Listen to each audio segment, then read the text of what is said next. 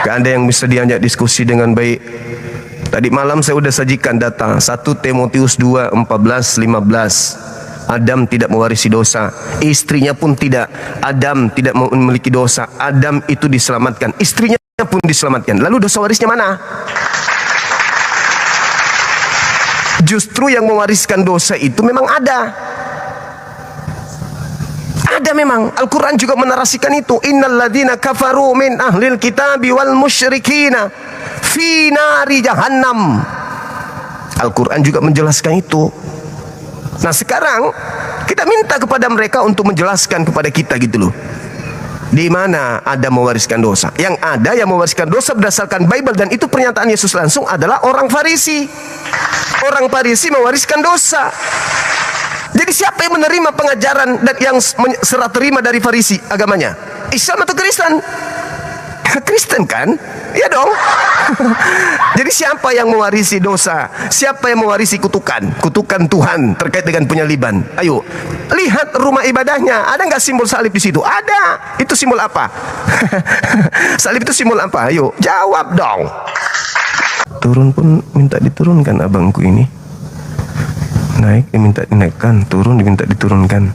Sekalian aja diceboin. Sejak kapan ini menjadi pulpen?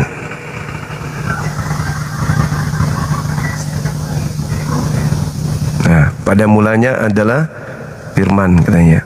Terus pada hari ini telah lahir bagimu juru selamat Tuhan di kota Daud. Udah lahir Tuhan. Tapi yang dikatakan lahir Tuhan justru mengatakan dirinya adalah anak manusia. Nah muncul konsep nanti tuh. Konsep apa muncul yang datang? 100% Tuhan, 100% manusia. Jadi bahasa sederhananya gini. Kalau saya ngajar anak TK misalnya nih ya, 100% Tuhan dan 100% bukan Tuhan. 100% pulpen dan 100% bukan pulpen. Apa yang bisa nangkap ini supaya dia melekat di dada? Kebodohan.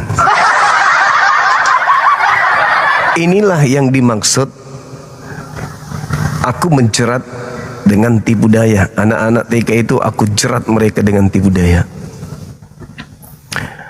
Itu teman-teman. Sambil kita menunggu tadi siapa namanya tuh, ada yang nantang tadi Kristen siapa gitu ya. Kita undang dia untuk hadir di sini. Jangan tak berak-berak di Komal sendiri. Harusnya dia ke sini. Halo Juma. Halo juga Bung. Silakan buka kamera. Silakan. Jangan emosi, tahan emosi.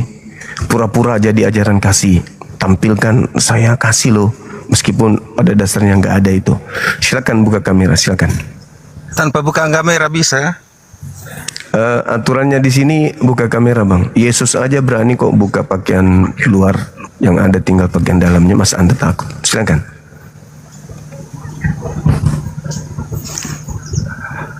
Bentar, agak lelek jaringan buka kamera. Soalnya lagi diapain, lagi di ledeng. Oke bang, kita tunggu.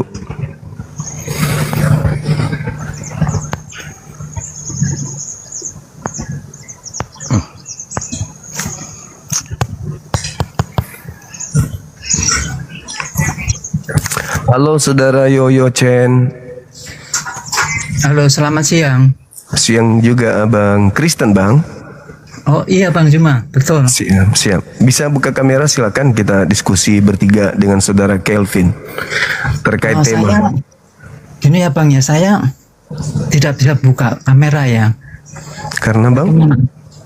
Nggak bisa buka kamera karena saya kan ini kan baru ya, jadi. Oh iya betul. Jadi betul. Saya sebenarnya pengen ketemu Bang Juma itu sudah 2 tahun yang lalu Bang Juma ya. Baik. Jadi kita diskusi secara santun. Tadi saya mendengarkan diskusi dengan yang kondusif ya. Jadi ya kami apa ya, namanya orang banyak. Jadi mungkin yang satu pendapatnya begini, yang satu pendapatnya lain. Tapi seharusnya ya, kalau saya pribadi ya seharusnya kalau Bang Zuma udah mau naik ke bertamu lah istilahnya ya. bertamu gitu ya, kita harus kasih kesempatan lah untuk tamu itu gitu. Nah nanti kalau kecuali ya tamunya itu misalnya melakukan sesuatu yang tidak. Nah tadi saya udah dengarkan sangat tidak kondusif. Nah sekarang ini kita bicara santai ya Bang ya, nyantun ya, santun, santai. Siap. Saya memang orangnya tidak suka menghujat, anti menghujat dan anti dihujat gitu. Saya tidak suka. Baik. Walaupun itu yang dari saudara seiman gitu ya, misalnya saya dihujat gitu ya, menghujat. Saya juga nggak suka gitu loh. Siap. Nah sekarang kita mau bahas apa? Ini tema Bang, tema salib sama dengan pertarungan antara Yesus dan iblis. Oke ya baik. Tunggu ya, mungkin suara saya terdengar jelas ya. Iya, saudara Kelvin monitor sudah bisa buka kamera Bang? Maaf, nggak bisa buka. Kalau nggak bisa memang. Aku lagi istirahat di ladang soalnya. Oke. Abang boleh dibawa ya? Oke. Baik. Teman-teman izin untuk kali ini saudara kita, tamu kita nggak apa-apa nggak buka kamera. Soalnya dia serius, dari nada suaranya serius ingin diskusi. Mohon izin ya teman-teman. Sambil kita nunggu yang mau buka kamera, soalnya belum ada permintaan. Ada satu orang. Mengenal kebenaran. Ya. Halo, semangat siang saudara. Ya, Waalaikum Majuma. Waalaikum. Dari Muslim? Muslim Majuma. Oke, baik.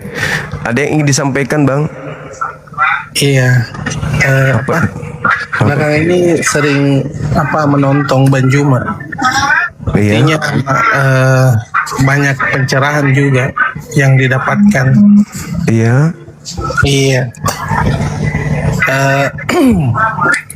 Terus kalau bicara tentang penyaliban atau Ya, maaf kalau cuman mau curhat nanti di DM aja Bang. Silakan saudara Yoyo Chen, saya kasih ruang waktu untuk bernarasi terkait tema ini. Salib sama dengan peperangan antara Yesus sang juru selamat dengan iblis sang juru neraka. Silakan. Baik, begini ya. Siap. Salib itu sebenarnya bukan peperangan ya antara iblis dengan dengan Yesus, bukan seperti itu. Karena salib itu ya Bang Juma ya, Yesus kenapa disalibkan? Karena begini ya Bang ya, sebenarnya itu kan sudah menjadi rencana Allah. Sebenarnya begini, kalau kita berbicara tentang salib itu kan runutannya itu kan begini. Ketika manusia jatuh ke dalam dosa ya Kejadian 1 ayat berapa itu 15 ya. Itu kan ketika terjadi dosa, lalu Allah merencanakan bahwa keturunan perempuan itu akan meremukkan kepala keturunan ular ya. Nah terus keturunan ular juga akan meremukkan tumitnya. Nah dari situ itu kan sudah ada rencana untuk Tuhan. Maka di Kisah Para Rasul 2 ya, Kisah Para Rasul 2 ayat 14 kalau tidak salah ya, saya lihat dulu ya. Kisah Para Rasul 2 ayat. Saudara Zul Adam dari Kristen Bang. Assalamualaikum. Waalaikumsalam. Iya Bang, ini sekedar usul buat Bang Juma. Saya di DM aja Bang, usulnya di DM ke saya, usulannya apa Bang, nanti insya Allah saya akan baca. Saudara Yoyo, Kejadian 1 nomor 15 itu tidak ada berbicara tentang Adam, iblis, jatuh dan seterusnya, itu nggak ada. Nanti di Kejadian 2 mulai, Kejadian 3 mulai. Kejadian 1 15 itu terkait dengan penciptaan cakrawala dan seterusnya, itu Bang. Tadi saya ya. Itu yang perjatuhan dosa itu, lalu saya cari dulu ya. Tadi saya salah ngomong kali ya. Perjatuhan dosa itu kan kejadian 3 ya, kejadian 3 ayat 15. Ya. Nah itu kan manusia jatuh dalam dosa. Nah karena manusia jatuh dalam dosa, maka Allah lalu membuat rancangan untuk apa, supaya manusia yang sudah jatuh dalam dosa itu tadi kemudian membuat rancangan supaya manusia itu diselamatkan dengan cara itu kan itu dikatakan bahwa keturunan perempuan itu akan meremukkan kepala ular gitu kan. Nah, terus apa namanya, keturunan ular itu kan meremukkan tumitnya. Itu artinya kan kematian Yesus itu kan untuk meremuk kepala iblis ya, Wahyu 2 ayat 19 itu kayak. Selanjutnya, maka salib itu sebenarnya bukan apa ya, bukan peperangan antara manusia dengan Tuhan Yesus dengan iblis, bukan, karena memang itu sudah dirancangkan gitu. Jadi kalau mungkin ya pendapat Bang Zuma ya mungkin beda, karena Bang Zuma kan ya tidak percaya ya, jadi percaya dengan iman kita, jadi ya seperti itu gitu ya. Jadi intinya bahwa penyaliban Yesus itu adalah rencana Allah sebenarnya, gitu loh Bang. Oke, baik. Mohon dengarkan saya Bang, saya simpulkan aja. Adam diminta oleh Tuhan jangan makan buah. Ya. Iblis minta Adam makan buah. Satu keadaan. Yesus mengutuk penyaliban. Iblis melakukan penyaliban. Dua keadaan. Saya ulang lagi. Ya. Yesus salib itu menyebabkan neraka, iblis salib itu menyebabkan surga. Iblis menyebabkan makan buah itu hidup kekal, Tuhan Elohim makan buah itu mati hari itu juga. Jadi iblis itu selalu bertentangan dengan Tuhan. Iblis selalu melawan kehendak Tuhan. Yesus mengatakan salib itu adalah neraka. Matius 23 nomor 32 sampai 36, Lukas 11 nomor 50. Yesus menekankan kepada kaumnya Bani Israel. Apa khotbah Yesus? Matius 23. Penyalib orang benar itu tidak lepas dari neraka jahanam. Itu khotbah Petrus. Khotbah iblis kepada Kristen, salib itu, orang mengatakan salib itu menyelamatkan, berarti dia adalah anti terhadap ajaran Yesus. Siapa yang mengatakan salib itu menyelamatkan manusia sampai ke surga, maka mereka adalah pengikut-pengikut iblis. Kenapa saya katakan dia pengikut iblis? Sebagaimana iblis memanipulasi keadaan bahwa makan buah pengetahuan akan hidup kekal, itu ternyata justru mati kekal. Dilempar dari bumi, Eden ke bumi. Nah, Yesus mengatakan, penuhilah takaran nenek moyangmu, wahai ular-ular, wahai keturunan ular-ular, bagaimana mungkin engkau meluputkan dirimu dari neraka? Sebab aku mengutus nabi-nabi, aku mengutus ahli Taurat, aku mengutus orang bijaksana. Separuh kau salib, separuh kau bunuh. Sabar. Maaf ya Bang Zuma ya. Gini saja, saya minta to the point saja. Misalnya Bang Zuma membahas ayat apa gitu ya, kesimpulannya bagaimana, saya Oke. Jangan kesimpulannya salib menurut Yesus terhadap orang benar akibatnya masuk neraka, bukan masuk surga.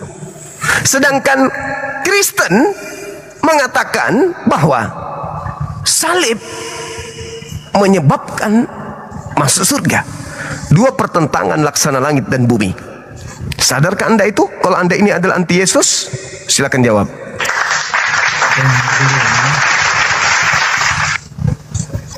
Kalau bagi kami ya Bang ya, umat Kristen ya, salib itu bukan apa? Bukannya seperti apa yang Bang Suma salib. Berarti anti Yesus. Jangan bantah saya, Bangku. Bantah Yesus. Tunggu dulu saya. Yesus yang ada bantah, jangan saya.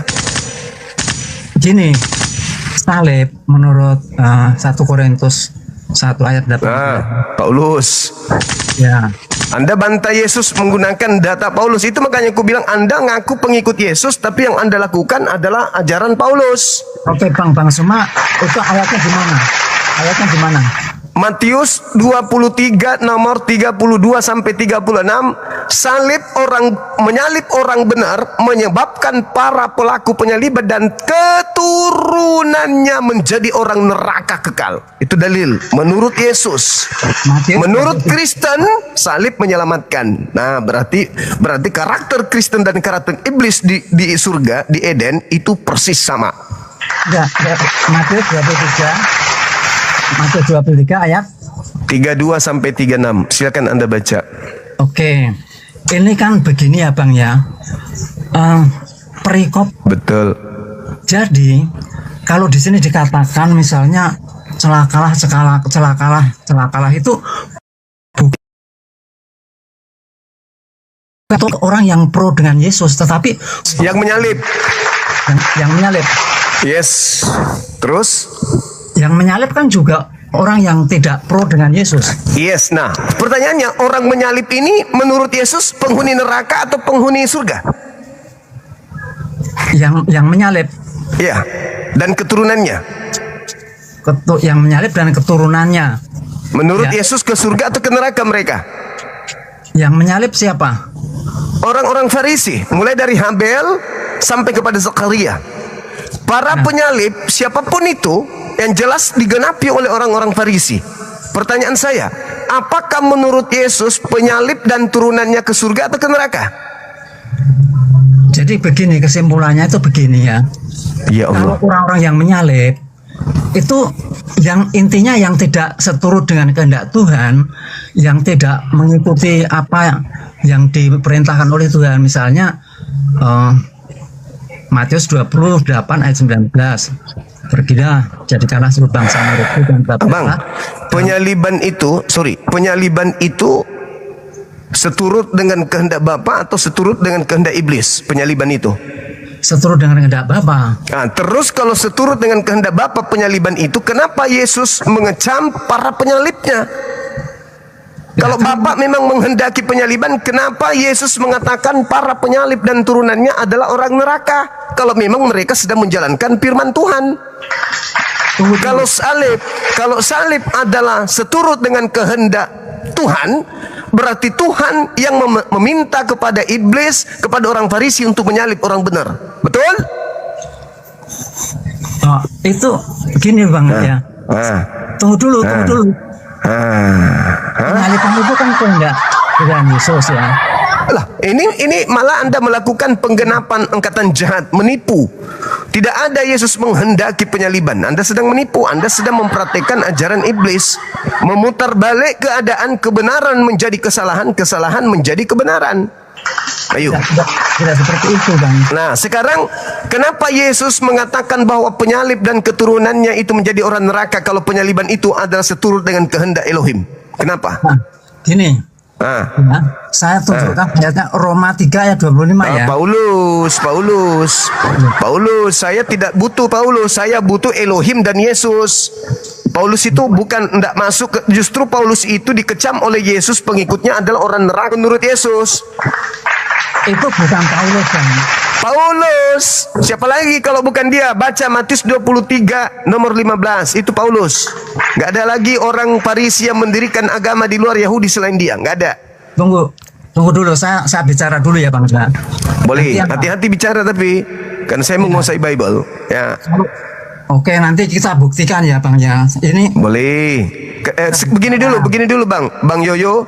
Ya. Silakan Anda bantah pernyataan Yesus dulu.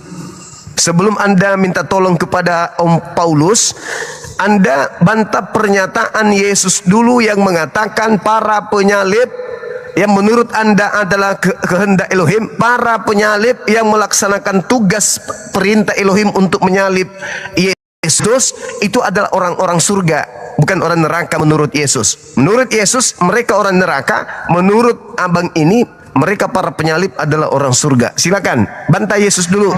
Saya tidak mengatakan bahwa para penyalib itu orang surga. Nah, Itu- tadi Anda mengatakan bahwa pekerjaan mereka itu adalah seturut dengan keinginan Tuhan. Siapa yang taat kepada keinginan Tuhan, maka dia penghuni surga. Pemahaman kayak begitu gini loh, Mas. Ya udah, silakan Anda bantah Yesus kalau begitu. Makanya Paulus itu kan menjalankan perintah Yesus. Paulus menjalankan perintah Yesus. Ya, memberitakan Injil. Jangan ke Paulus dulu. Jangan ke Ya, Paulus ini- dulu. Anda bantah Yesus dulu yang mengatakan bahwa penyalib dan turunannya adalah orang neraka. Silakan. Itu kan Matius 23 ayat 15 itu kan untuk orang-orang Farisi yang tidak sejalan dengan Yesus gitu loh. Di mana Yesus mengajarkan bahwa orang Farisi itu sejalan dengan dia? Ada orang Farisi yang sejalan dengannya, di mana dalilnya? Karena orang Farisi itu kan Jangan karena bang, dalil di mana Yesus sejalan dengan orang Farisi? Silakan. Dalil. tidak mengatakan orang Farisi itu tidak Tadi sejalan dengan tadi Anda mengatakan Paulus itu sejalan dengan Yesus. Mana dalilnya? tunggu dulu Bapak. Tadi ya. Nah, silakan. Tunggu dulu. Jangan pengakuan Paulus. Enggak. Yesus mengatakan pengikut Farisi adalah orang neraka yang 2 kali lebih jahat daripada orang Farisi itu sendiri. Itu dalil. Ya, Kisah Para Rasul 9 ayat 15.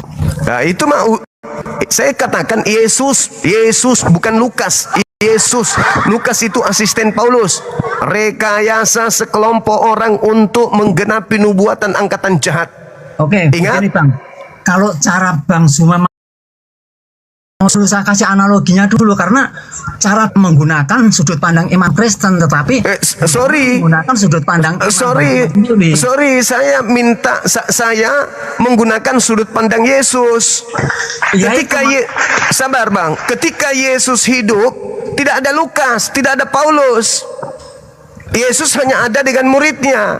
Kitab yang ada gunakan itu adalah catatan-catatan peristiwa yang dikumpulkan oleh orang-orang setelah Yesus. Nah, begini Bang, kalau Bang Zuma caranya begitu, ya, caranya begitu. Sekarang yang menulis Al-Quran siapa? Saya mau tanya. Yang menulis Al-Quran. Jangan Anda dudukkan Al-Quran dengan Bible. Tradisi penyampaian, sabar dulu. Tradisi penyampaian Al-Quran kepada para sahabat hafalan. Ya, Pak. Oke. Hafalan. Ya. Tapi saya cuma ingin mengkomparasikan narasi Bang Zuma dengan supaya nanti ketemu gitu loh. Kalau Bang Zuma tadi kan mengatakan. Dengarkan saya. 30 detik insya Allah. Al-Quran dilisankan Nabi Muhammad. Sahabat mendengar, sahabat menghafalkan, sahabat menuliskan. Catat itu. Yesus menyampaikan firman. Murid mendengar, murid tidak menulis, murid tidak menghafal. Sampai situ paham? Ya, tahu. Nah, jadi jangan Anda menyeimbangkan antara Al-Quran dengan Bible. Nggak nyambung. Gini, ya nggak bisa Iya. dong kayak gitu. Saya cuma ingin mengkomparasikan, bukan menyeimbangkan, bukan. Jadi tadi Bang Zuma kan mengatakan ketika Lukas menulis Alkitab, Melakukan Injil, penelitian. tidak ada di situ gitu kan Bang Zuma tadi kan? Lukas melakukan penulisan berdasarkan Ya. hasil penyelidikan, penelitian, kumpul saksi-saksi, mengumpulkan Enggak. kesaksian-kesaksian. Al-Quran dituliskan tidak begitu. Al-Quran dituliskan berdasarkan hafalan. Saya mau bilang, saya gantian dulu Bang Zuma, jangan dipotong lah, tolonglah. Kita Supaya nyambung, supaya Anda itu cerdas, gitu ya loh. makanya begini Bang ya, gini. Kalau tadi Bang Zuma mengatakan bahwa ketika Lukas menuliskan Injil itu Lukas tidak ada di situ. Nah sekarang parameternya begini, perbandingannya apakah penulis Al-Quran itu ketika menuliskan Al-Quran atau mengkanon lah istilahnya, apakah penulis Al-Quran juga ada di pada zaman Muhammad dulu? Iya dong. Ya iyalah, kan udah aku bilang sama saudara, sahabat menghafal, sahabat menulis. Berbeda dengan kitab saudara, tidak menghafal, tidak menulis. Siapa bilang tidak menulis? Siapa murid Yesus yang menulis perkataannya pada saat Yesus menyampaikan firman? Siapa? Ayo, Lukas ditulis tahun 60-an. Nih ya. Wahyu 1 ya. Alamak. Wahyu 1 Pak. Wahyu 1 ditulis tahun 100.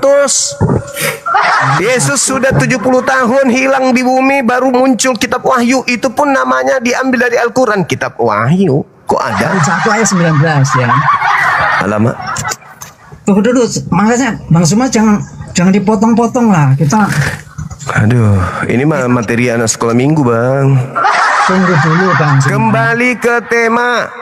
Oke, kan itu tadi kan Bang Zuma kan seakan-akan bahwa Alkitab ini tidak ada kaitannya dengan Tuhan Yesus. Bagaimana? Ini Wahyu tidak ada, maksudnya tak ada kaitannya. Yesus tidak memberikan legitimasi kepada Bible. Yesus tidak mengenal, bahkan penulisnya pun Yesus tak kenal. Titik. Oke, begini. Wahyu 1 ayat 19 ya, contohnya ya. Wahyu 1 itu dikarang tahun 100 sampai 110. Karena itu tuliskanlah apa yang telah dilihat, baik yang terjadi sekarang maupun yang akan terjadi itu pengarang ini. Kitab Wahyu yang mengatakan itu, bukan kemudian Yesus. Makanya saya kasih analogi begini, Bang. Nggak nyambung analoginya, nggak nyambung. Masuk ke tema, abangku, masuk ke tema, kembali ke tema. Salib adalah neraka bagi Yesus. Salib adalah surga, janji surga bagi iblis. Ini tangkis itu, tangkis, ketepak, tangkis. Saya ulang, salib kepada orang benar adalah diupah neraka menurut Yesus. Salib kepada orang benar adalah surga menurut Kristen. Mana yang betul antara Yesus dengan Kristen? Ini ya, Roma 3 ayat 25. Kristus Paulus lagi ditentukan Allah. Ini kan ditentukan Allah. Iya, kata siapa? Tuh. Kata siapa? Kata siapa? Kata siapa? Ini kan kata Paulus ya. Paulus sudah dinubuatkan menjadi orang neraka. Tunggu dulu. Matius 23 nomor 32 sampai 36 itu, dan aku Yesus berkata kepadamu bahwa semua ini akan digenapi oleh angkatan jahat ini. Siapa? Paulus in the gang. Jadi kalau Anda membawa narasi Paulus semakin menguatkan bahwa memang Paulus lebih jahat daripada Yesus. Itu pertanyaannya jelas. Matius 23 nomor 36 kata Yesus, semua ini akan digenapi oleh angkatan jahat. Ya, karena ini hubungan dengan salib. Tunggu dulu. Makanya saya kasih kesempatan ngomong dong, Bang. Jangan dipotong. Kalau begini salahnya saya membantu Anda untuk jelas dalam perkara ini. Sekali lagi saya ulang, Abang. Dengar dulu, Bang.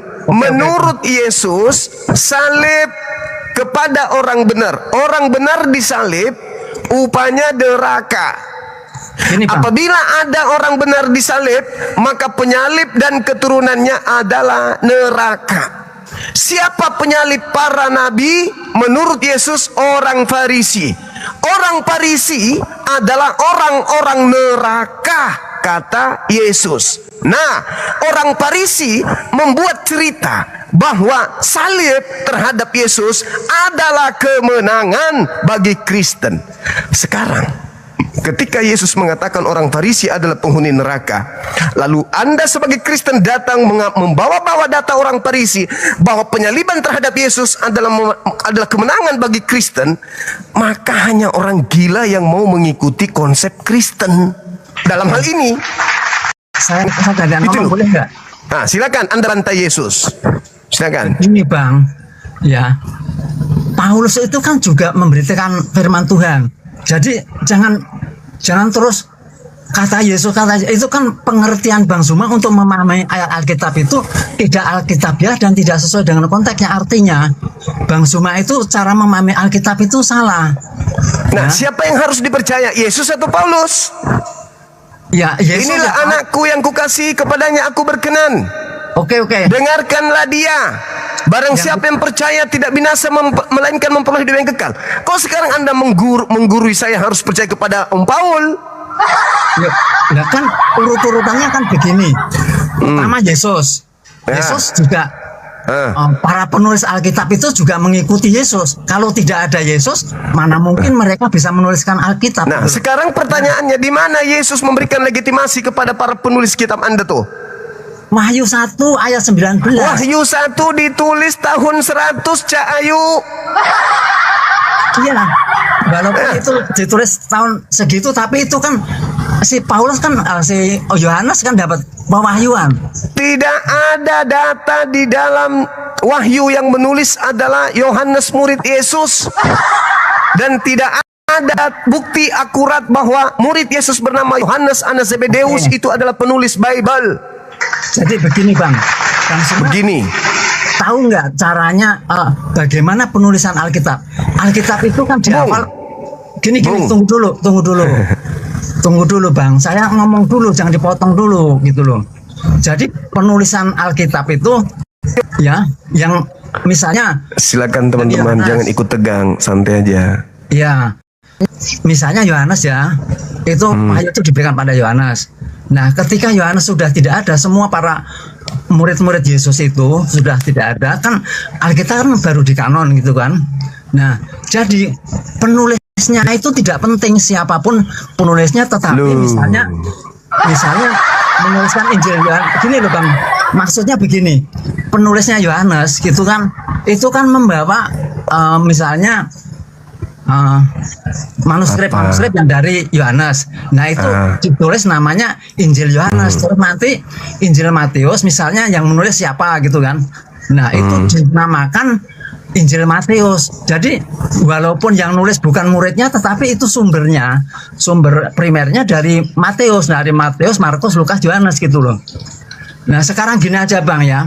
Tadi saya mengatakan bahwa Bang Zuma itu cara memahami Alkitab itu tidak sesuai dengan prinsip atau tidak sesuai dengan akidah Kristen. Contoh Bang Zuma kemarin kan gini, kalau Bang Zuma lebih paham Alkitab ya. Kemarin ada yang tanya ini. Ya, Yesaya 40 ayat 3 itu penggenapannya di mana? Nah, Bang Zuma itu salah semua. Lu. Salah orang kali. Anda salah orang. Oh enggak. Udahlah, enggak usah curhat. Sekarang kenapa Anda tak sanggup menggeser? Kenapa Anda tak sanggup menggeser keputusan Yesus? Kenapa? Yesus mengatakan menyalibkan orang benar menyebabkan pelaku dan keturunannya menjadi orang neraka. Titik. Kemudian Kristen muncul mengusung dogma yang kebalikan daripada itu. Apa itu? Dogma Kristen menyalibkan Yesus orang benar adalah kemenangan bagi Kristen. Yesus mengatakan penyaliban terhadap orang benar adalah kebinasaan bagi penyalib dan keturunannya. Itu bagi penyalib dan keturunannya. Sekarang Anda sudah paham bukan? Bahwasanya gara-gara menyalibkan orang benar, orang Farisi sudah ditetapkan menjadi penghuni neraka. Titik. Tutup buku. Ya, tapi Tunggu. Berjalannya waktu, para penghuni neraka ini membuat agama baru bernama Kristen. Di mana di dalam agama orang-orang neraka ini mengajarkan, mendoktrin dan mendogma bahwa salib menurut penghuni neraka ini itu menyelamatkan mereka dari neraka. Gimana ayatnya? Ayatnya di mana? Roma Anda baca, Galatia Anda baca. Di situ dikatakan bahwa tanpa kebangkitan, maka sia-sialah imanmu dan kamu tetap dalam dosa. Ini Bang Suma tadi, Kenapa bisa terbalik? Bang Suma tadi mengutip Galatia 3 ayat 13 ya. Beda, lain. Galatia berapa? Dengarkan saya. Di dalam Galatia 2 nomor 16. Tidak ada orang yang dibenarkan karena menjalankan Torah. Artinya data-data ini sedang memborbardir ajaran Yesus yang mengklaim bahwa mereka yang membunuh orang benar artinya adalah melanggar hukum Torah. Jangan membunuh. Jangan kau bunuh orang benar. Maka ketika kamu membunuh orang benar, menurut Yesus kamu dan keturunanmu menjadi orang neraka. Tapi menurut ajaran Kristen, membunuh Yesus yang adalah orang benar itu adalah keselamatan bagi Kristen. Benar nggak? Enggak benar. Oke. Karena begini. Yakin? Saya bantah ya. Yakin? Yakin. Karena begini. Oke, Bang Suma silakan. ya. Silakan. Bang Suma itu tidak bisa membedakan antara orang yang hidup di bawah hukum Taurat dengan orang yang hidup di bawah hukum kasih. Nenek Mukiper, di mana pula kau dapat jurus itu? Ya Juma ya. Gini Hidup. Bang Suma ya. Silakan. Tunggu dulu lah. Makanya saya itu mau ngomong dulu sama Bang Suma. Jadi Silakan. orang yang hidup di bawah hukum Taurat Kasih seperti adalah orang yang menyalib Yesus gitu. bukan. Lalu Orang yang hidup di apa? bawah hukum kasih itu hanya sampai kepada zaman Yohanes ayat Lukas 16 ayat 16. Nah, setelah itu ya orang yang hidup di bawah hukum kasih itu tidak boleh melakukan hukum Taurat tetapi mengikuti perintah hukum Taurat. Makanya tadi Bang Suma kan mengatakan yang bahwa orang-orang Kristen itu tidak melakukan hukum Taurat, ya memang tidak boleh. Ya. Karena Ini yang kita sedang bahas ini, Bang. Yesus salib itu menyebabkan orang masuk neraka. Oke. Kristen salib itu menyebabkan orang masuk surga. Apa buktinya? Baca di Kolose. Tunggu. Anda baca di Kolose 1 nomor 19 nomor 20. Anda baca itu. Nomor 19 nomor 20. Anda baca di sana bagaimana doktrin yang dibangun oleh Paulus yang adalah orang Farisi, penggenapan daripada angkatan jahat, itu dibolak-balikkan untuk melawan Yesus. Baca. nih Bang Suma ya. Kolose berapa? 1 Ya. Nomor 19 dan 20. Kolose 1 ayat 19 dan 20. Aduh, saya cari dulu. Ya.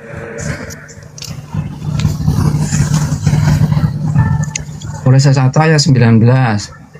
Karena seluruh kepenuhan Allah berkenan diam di dalam Dia. Terus 20. 20. Tunggu dulu, sabar Bang Zam ya. Kita nyantai aja, nggak usah ini. Dan oleh Nyantai, dia, nyantai apa, orang banyak yang ngantri di bawah, nyantai udah nggak buka kamera, ngatur pula.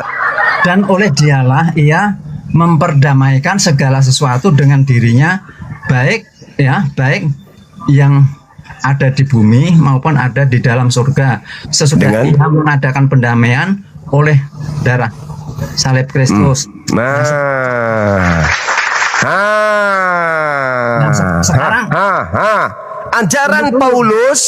ajaran Paulus orang Farisi ini mengatakan bahwa dengan darah Yesus orang benar ini mendamaikan dunia, mendamaikan dengan darahnya.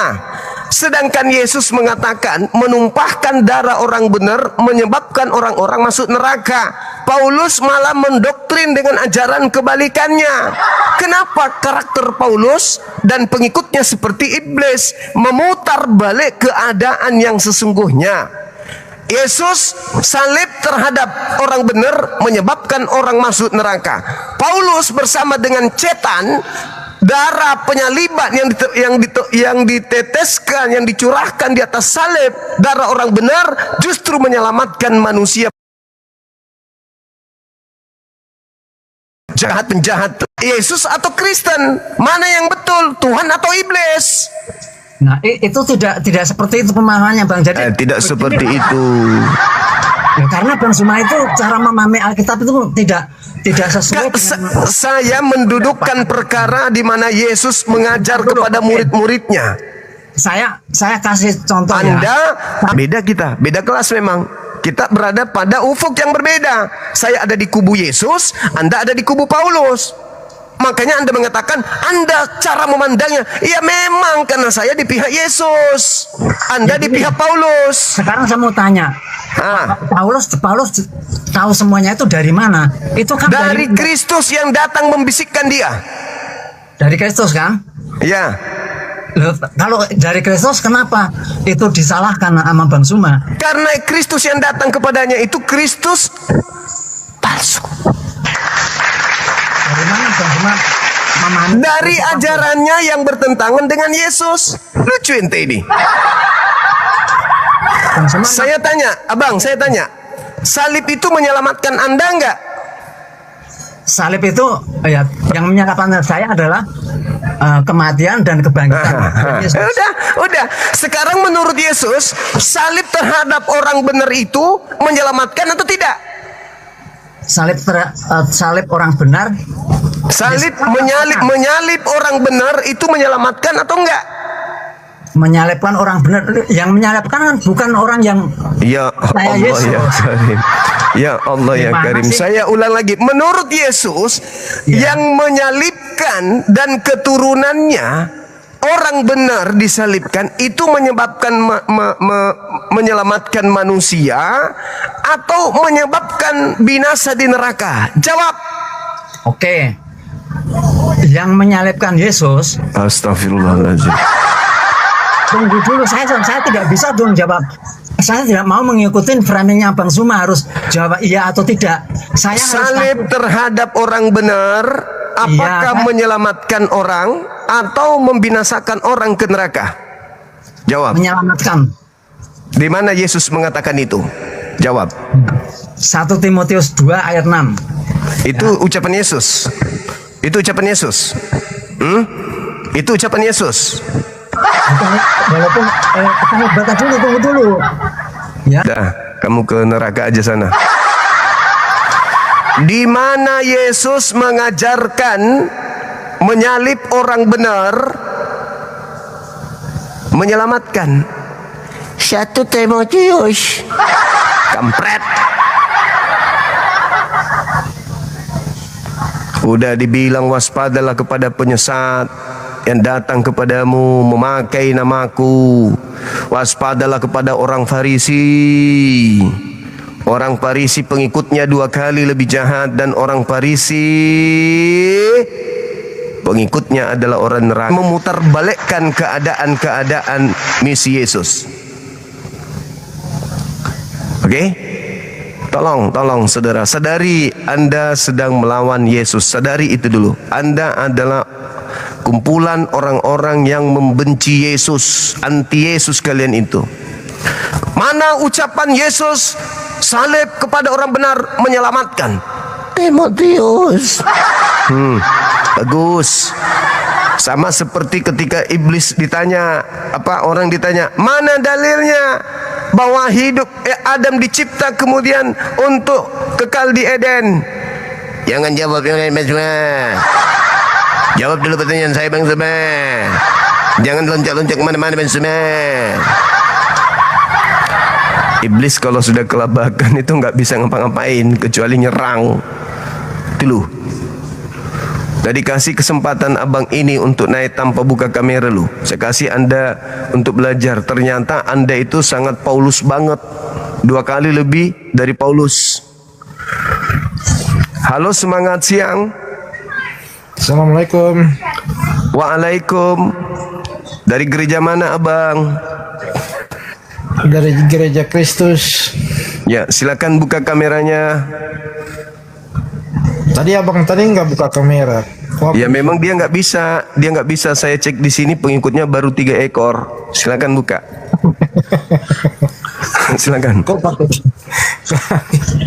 Enggak, ekor itu manusia atau hewan Ekor. sih? Ekor depan. Buka Oke, kamera. semuanya aku pamit dulu ya. Ya, oke. Mau bercanda aja ya. Oke, Oke, sip. assalamualaikum. Waalaikum. Silakan saudara saya Kristen yang menguasai Bible, hadapi saya dengan ilmu itu, please. Halo, semangat siang. Halo, siang. Ya, siang. Silakan Bang, dari Kristen. Saya dari Islam pindah Kristen. Murtadin. Bagus. Silakan buka kameranya Bang, kita diskusi. Ini sudah mulai sejak dari Kristen, sudah mulai kayak Paulus. Itu buka tinggal terima, silakan.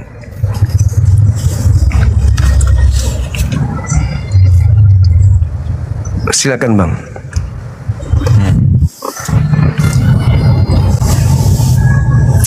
Gitu dong. Oke, ini ada tema Abang sebagai seorang murtadin dari Islam ke Kristen. Ya. Iya, ini ada tema. Kalau Gimana ya, Bang? gini, meluruskan yang tadi ya. Iya. Kalau saya sih hanya berpindah kenapa? Karena satu ya, di ajaran saya yang dulu gitu ya, itu tekanannya bukan kasih, karena terbukti dengan ada jihad. Nah, sedangkan di Kristen, di Buddha, di mana yang lain nggak ada jihad. Satu-satunya agama yang ada jihad mengatasnamakan perintah Tuhan hanya di Muslim. Nah, terus saya memilih akhirnya beberapa agama yang tidak ada jihad. Hindu nggak ada, Buddha nggak ada, Kristen nggak ada. Nah, saya memilih Kristen tapi sedang penjajakan gitu. Oh iya, silakan Bang, silakan. Oke, kita masuk ke tema. Salib sama dengan Yesus spesifik. Salib kalau menurut firman Tuhan, ajaran yang saya terima ya, itu sebenarnya Tuhan itu nggak boleh berbohong. Jadi kalau janji katanya buah kuldi, kalau kata orang Islam buah kuldi, kalau kata yang ajaran Kristen buah pengetahuan baik dan buruk. Nah, Tuhan melarang itu untuk memakan itu. Tujuannya bahwa manusia kalau makan itu tidak taat. Kalau tidak taat, otomatis Tuhan udah mencanangkan bahwa kalau tidak taat hukumannya mati. Mati itu dalam arti bukan mati, artinya diusir dari Taman Eden. Diusir dari Taman Eden, harus turun ke dunia, mengalami kematian. Tadinya manusia itu abadi. Ini versi ajaran Kristen ya. Ada dalilnya? Ini saya nggak memperdalam itu ya, mungkin Edis tahu, Bang Edis ya. Berarti anda membabi buta pindah di Kristen tanpa tahu isi Kristen gitu. Saya lupa sih, Bang Edis sudah jelasin, saya lupa. Di mana dalilnya? Saya kan hanya pengikut. Di mana dalilnya Adam dicipta di Eden untuk kekal di sana? Karena kematian itu akan ada setelah manusia itu jatuh ke dalam dosa. Sebelumnya nggak ada ayat-ayat yang menyatakan bahwa sebelum jatuh ke dalam dosa itu ada kematian gitu. Dalilnya di mana, Bang? Abang, dalilnya di mana Eden itu sebagai tempat dicipta Adam untuk kekal di situ, dalilnya mana? Sedangkan ketika dicipta di Kejadian 3 dikatakan, apabila engkau memakannya maka engkau akan mati hari itu juga. Berartinya bahwa Adam ini dibayang-bayangi oleh kematian. Berarti Tuhan sudah menciptakan adanya kematian, mati. Kalau melanggar itu mati gitu. Makanya berarti tidak ada janji untuk kekal di Eden. Maksudnya sebelum memakan itu, janji itu. Nah, setelah makan buah itu, setelah makan buah itu berjanji Tuhan. Jadi hubungan Tuhan itu putus sama manusia. Nah, waduh, fitnah lagi.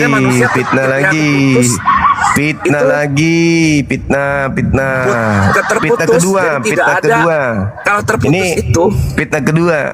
Ajaran Kristen tidak jihad, tapi itulah Al-Quran saya mengatakan, walladzina kafaru fi sabilit tagut. Orang Kristen itu berjuang membantu iblis. Anda sedang berjihad membantu iblis.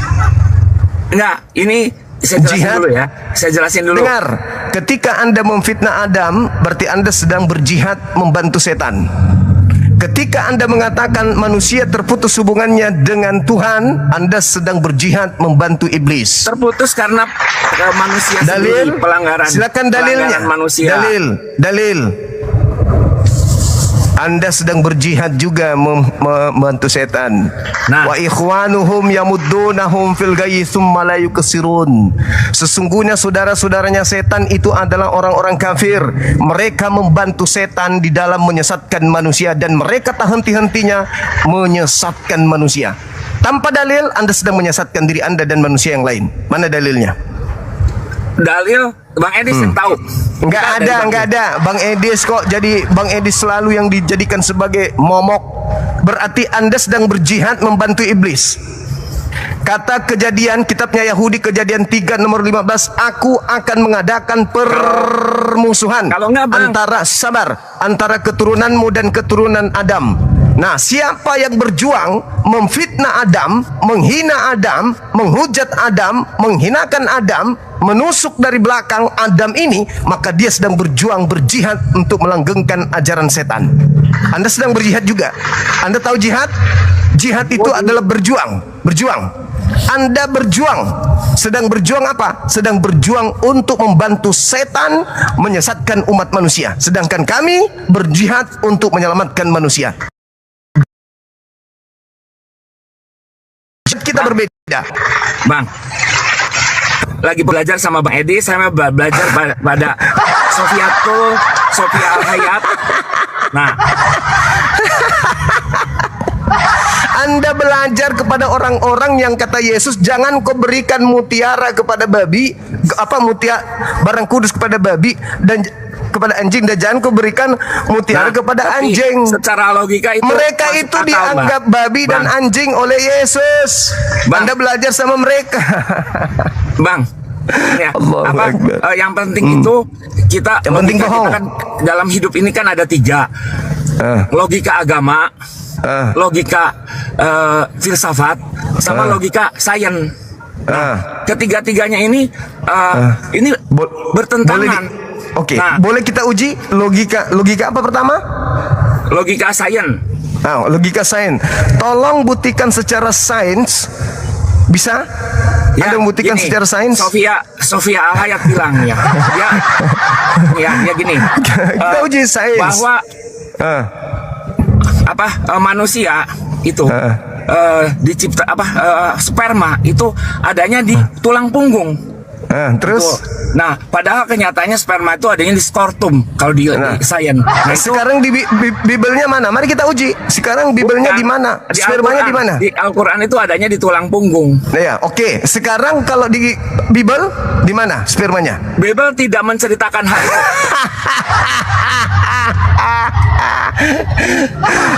Kalau di Bibel diceritakan di dalam kitab Ayub bahwa sperma itu dipancarkan seperti susu dan dikentalkan seperti keju. Betul?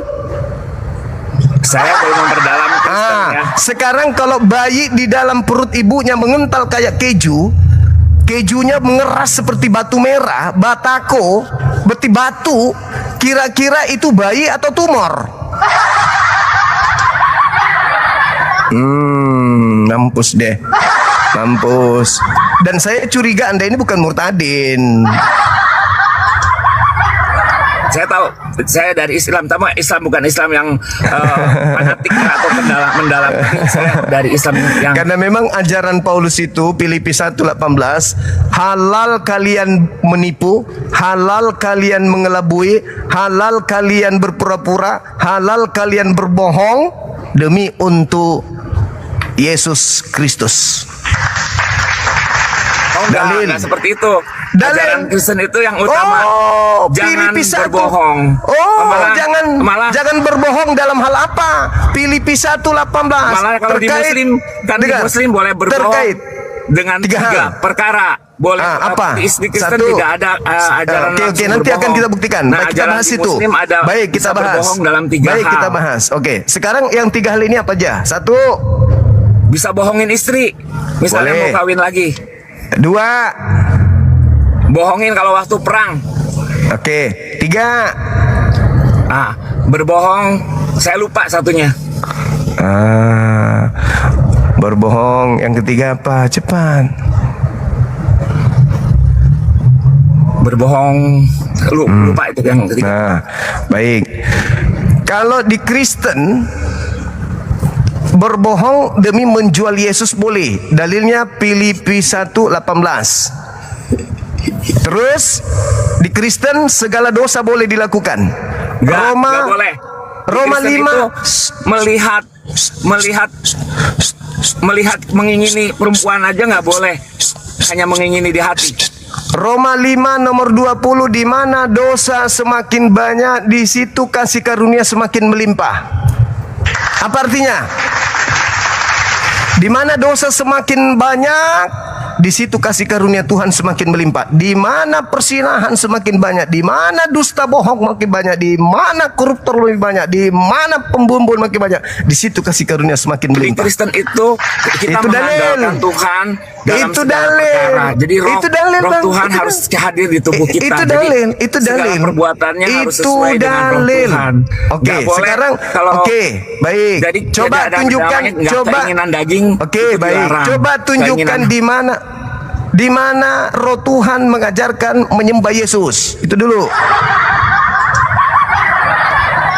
Nangis. Kita bukan Yang disuruh mengajarkan menyembah selain Tuhan itu hanya iblis. Yesus itu Yesus itu apa?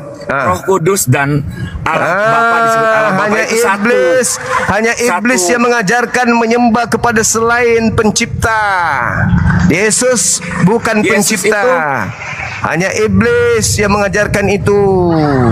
Itu Kristen sedang menyembah ciptaan Tuhan bernama Yesus. Yesus sibuk menyembah Tuhan. Yesus Kalian itu sibuk menyembah Yesus. Sebenarnya apa tuh? Apa? Itunya dari Tuhan. Apa tuh sebenarnya? Apanya dari Tuhan? Dahak yang keluar dari Tuhan. Sebenarnya apa tuh satu kesatuan dengan mulai. Tuhan, dengan Allah, dengan Roh Kudus. mulai. Bukan Ini bohong. bisa seperti itu. Ini bohong. Yesus mengatakan aku dan Bapa dua. Yohanes 8 nomor 29, aku dan Bapa adalah dua. Yohanes 8 nomor 17, 18, 19, aku dan Bapa adalah dua. Yohanes 14 nomor 31, aku dan Bapa adalah dua. Aku dan Bapa adalah satu. Ayatnya saya Satu lupa. apa? Satu apa? Roma 10 nomor 30. Roma 13 nomor 13. Barang siapa melihat Bapa berarti udah melihat aku. Oke, barang siapa yang membunuh aku berarti sama dengan membunuh Bapa, gitu. Esensinya begitu. Berarti orang-orang Roma membunuh Tuhan pencipta langit dan bumi, gitu. Membunuh bukan karena itu memang sudah Bohong lagi. Bohong lagi. Sudah diwahyukan, Bohong lagi. Sudah Bohong dinubuatkan, lagi. Mas. Bohong lagi. Sudah dinubuatkan. Bohong lagi, nubuat dibawa-bawa lagi. Bohong lagi. Semua Itu yang udah tertulis di kitab Yesaya, Pak. di mana? Yesaya mana? Yesaya, saya lupa ya saya berapa tadi. Bohong Mesti dicek. lagi. Saya nggak di depan ini. Bohong lagi. Pokoknya kalau Kristen berucap pasti bohong. Maria Bukannya- melahirkan. Tapi Maria tidak melahirkan, dengar. Maria melahirkan Tuhan atau Maria melahirkan manusia? Yesus waktu turun ke dunia 100% manusia. Berarti bukan Tuhan. Secara esensi tetap Tuhan, tapi Bohong secara lagi. kodrat manusia. Bohong, pasti bohong. Semuanya bohong. Semuanya bohong. Ketika berbicara pasti bohong orang Kristen itu. Kalau membahas iman, pasti bohong. Makanya kan kalau untuk supaya kita percaya sama Tuhan itu butuh iman yang butuh barang siapa percaya padaku akan beroleh hidup yang kekal. Betul. Nah, sekarang siapa yang Anda percaya dengan Anda menjadi penyembah Yesus? Yesus itu esensi daripada Siapa Tuhan. yang Anda percaya sampai Anda menyembah Yesus? Sebenarnya yang kita sembah itu Allah Bapa. Yesus kan Bohong hanya lagi. esensi. Bohong Esensi. lagi. Anaknya orang Anda sembah, Anda bilang Allah Bapa. Sementara Yesus Yohanes 4:22, aku menyembah Bapa, murid-muridku menyembah Bapa. Aku dan muridku sama-sama menyembah Bapa. Bohong lagi. Pak, Bohong kalau soal sembah, terus. orang Muslim juga itu menyembah batu, Pak. Bohong terus, bohong lagi. 5 Umat kali menyembah sehari batu, kan bohong yang lagi. disembah-sembah itu sujud kan, Menyembah sujud ke batu, Pak, 5 kali. Menyembah lagi. Mau Islam menyembah batu, bohong lagi. Kenapa bohong terus Kristen itu, Bang? Kenapa? Nah, coba baca surah An-Nas. Anda kan Islam, silakan. Tabbat yada. Coba surah An-Nas mulai. Udah nggak boleh, Tabbat yada. Dilarang baca itu lagi sama Bang Edis. Kalau udah Muslim itu Mana Kristen itu dalilnya nggak di boleh. Bible? Mana dalilnya di Bible? Larangan Ada, membaca. Pak. Jadi mana? kita kalau seperti halnya umat Muslim kan nggak boleh Bohong lagi. mengucapkan shalom. Bohong Nggak boleh lagi. mengucapkan shalom. Coba, Jadi saudara sedang berjihad membantu Pak Juma, setan. berani nggak? Anda mengaku shalom? Shalom. Shalom biasa. Shalom alaikum. Nah, Saya berarti dengan udah, teman. udah ini keluar dari Islam loh. Oh, Pak Juma kata udah keluar siapa? dari Islam. Kata siapa? Shalom artinya apa? Salam sejahtera. Iya. Bagimu. Islam artinya apa? Tapi itu kata Abdul Somad nggak boleh, Pak. Berarti Bapak udah keluar dari Islam, Pak. Itu adalah Islam dalam bahasa Ibrani. Ibrani kata Islam itu shalom. Makanya shalom berarti Bapak alaikum. sama Abdul Somad beda dong ajarannya, Assalamualaikum dengan salam alaikum itu sama. Satu Berarti bahasa Pak Juma- Ibrani, Pak satu Juma bahasa berbeda. Arab. Bapak Baju mah berbeda sama Abdul Somad. Abdul Somad nggak Bohong boleh lagi, ngatain shalom. bohong lagi, bohong Benar. lagi. Kenapa selalu bohong? Dari tadi yang keluar bohong. Sikis ngomong bohong, sikis bohong. Orang yang suka berbohong adalah orang yang sedang berjihad menegakkan ajaran setan.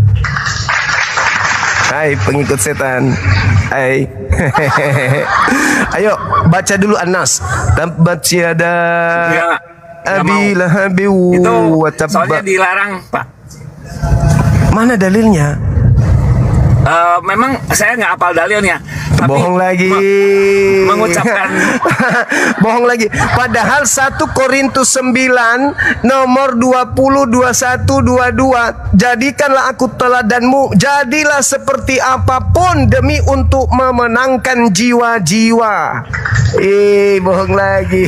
Karisten. Karisten. Jadilah teladanku sebagaimana aku ini adalah Kristus. 1 Korintus 11 nomor 1. Saudara harus meneladani Paulus menjadi apapun demi untuk mencari pengikut. 1 Korintus 9 nomor 20, 21, 22. Bohong lagi. oh nggak boleh, Pak.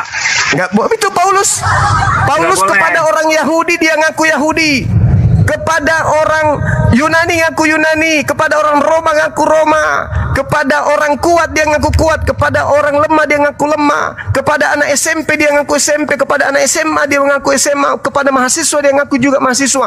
Dia menjadi apapun